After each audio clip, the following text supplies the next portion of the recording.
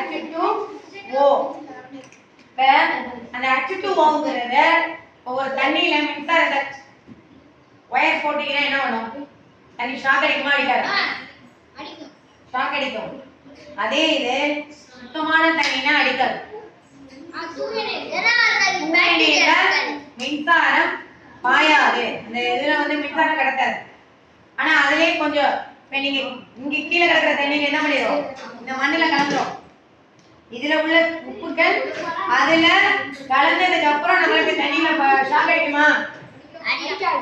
அடிக்காதா? மழை நேரத்துல எங்கேயாவது உயரம் நடந்துக்கிட்டு அந்த இடத்துல போய் தண்ணியில கால் வைக்கிறேன், கண்டிப்பா ஷாக் அடிக்கும். தூங்கிதான் ரன் பண்றேன். மரம் நம்ம பிடிச்சா ஷாக் அடிக்காது. ஃபர்ஸ்ட் சேப்பு. ரெண்டாவது இதுல உள்ள கிராஃபைட் என்ன பண்ணும்? கரி என்ன பண்ணும்? மின்சாரத்தை கடத்தும். இது ரெண்டு பர்பஸா? இப்ப நம்ம யூஸ் பண்ணி பார்க்கலாமா? இது என்ன சுத்தமான தண்ணி. ஏதாவது பபிள்ஸோ ஏதாவது வருதான்னு பாரு. நம்ம தண்ணியில உப்பு அமிலம் எதுவும் இல்ல. இப்ப நம்ம அதுக்கு பதிலா என்ன பண்ண போறோம்? உப்பு கலக்க போறோம்.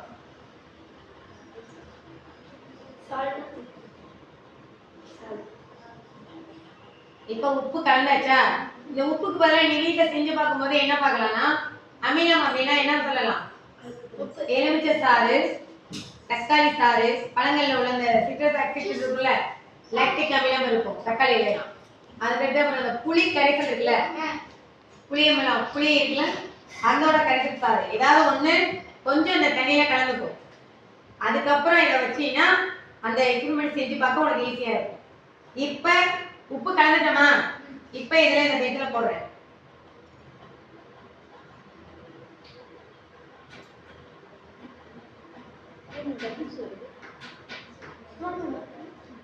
வருதா? பென்சிலோட இதுல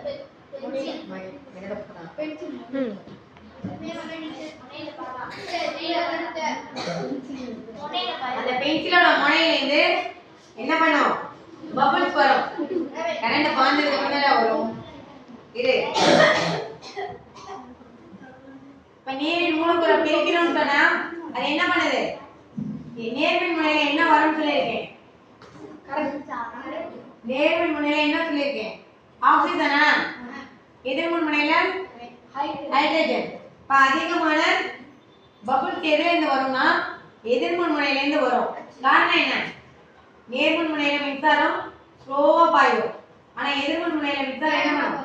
வேகமா பாயுமா? இப்ப வேகமா பாயறதுல இருந்து என்ன பண்ணும்? அதிகப்படியான இந்த பபிள்ஸ் வரும்.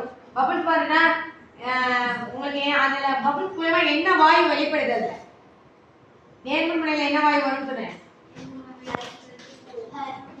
ஆக்சிஜன் வாயு வெளிவருது. எதிர்மின் முனையில ஹைட்ரஜன் வாயு வெளிவருது.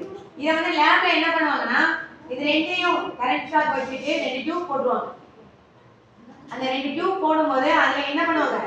அந்த ஹைட்ரஜன் வாயு தனியாவும் ஆக்சிஜனையும் பிரிச்சு எடுத்துப்பாங்க. புரியுதா? இது எதுக்கு பயன்படுத்துறாங்க? நீரின் மூலக்கூறுகளை உடைக்கிறதுக்கு.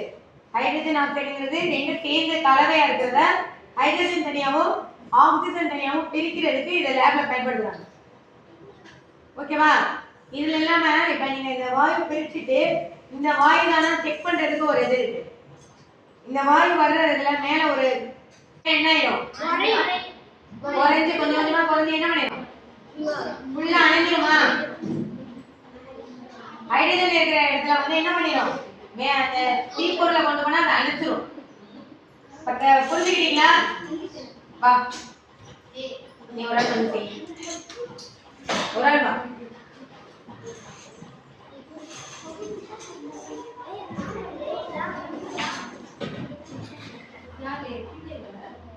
பபிள் சொல்றா என்னோட ஃபுல்லா ஒரு போட்டோ